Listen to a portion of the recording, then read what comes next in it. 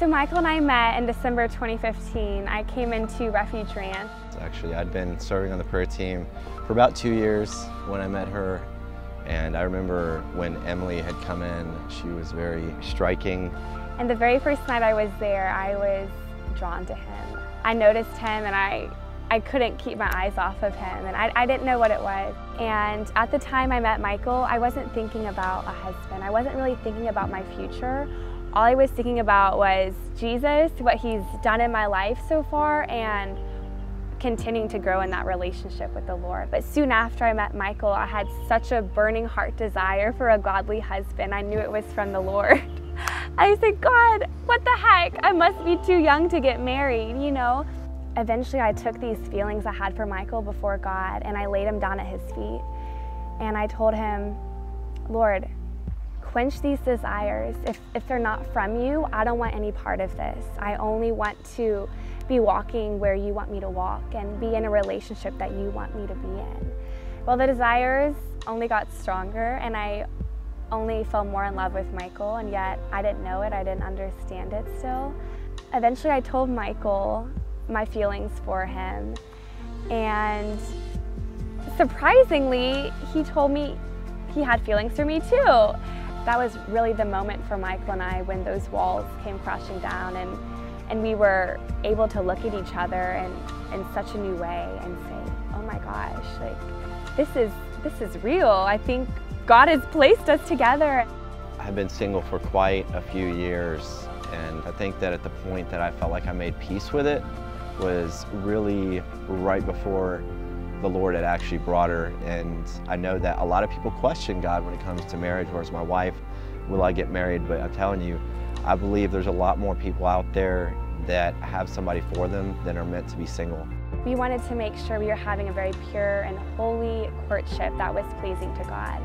And so the very first thing we did was put down sexual boundaries. Lord, we're going to please you in this. We are not going to have sex before marriage because that's what your word says, and we are going to live as holy and as godly as we can in this relationship. Being with Emily has definitely brought me closer to God. I know there's a lot of things that God has worked out of me through Emily, and you know, life before Emily, life before, really before God, was just a life where I was spending a lot of time at raves and drugs and a lot of those things, thinking that that was something that was going to fulfill me, and it didn't. And when the Lord finally rescued me from that, He brought me a ministry, and that ministry saved my life. And you know, now I'm going on now over 5 years now. You know, that it's been continuous sobriety and being sober, and that was because of a vow that I made to the Lord. But you know, all of the things that Satan has stolen from me through my addiction and trying to overcome that, there was, for me, a desire to move forward and be closer to the Lord, but I had a lack of joy within me. And that is something I feel like is very powerful in our relationship. She's able to bring that bubbly, joyful Spirit of the Lord just shines through her, and it's amazing. It really is. It's really brought me to my knees a lot because God has revealed a lot of stuff in me that He's trying to work through. So being with Michael, a man who's after God's own heart, it's further refining me in my relationship with the Lord.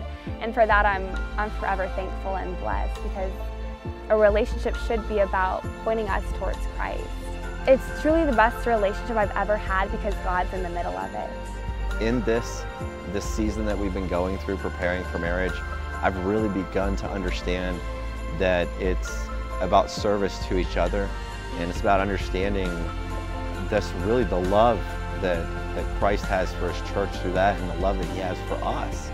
We just want to say thank you so much to everybody who's here, all our friends and family. We definitely wouldn't be here without you. And I want to say that your love, your care, just your tremendous encouragement walking this out with us has meant the world to Emily and I. Thank you so much for all your prayers, all your financial support, everything that you've given to us and blessed us with. We're so thankful you're here. We're so excited for our future together. I just want to say thank you so much.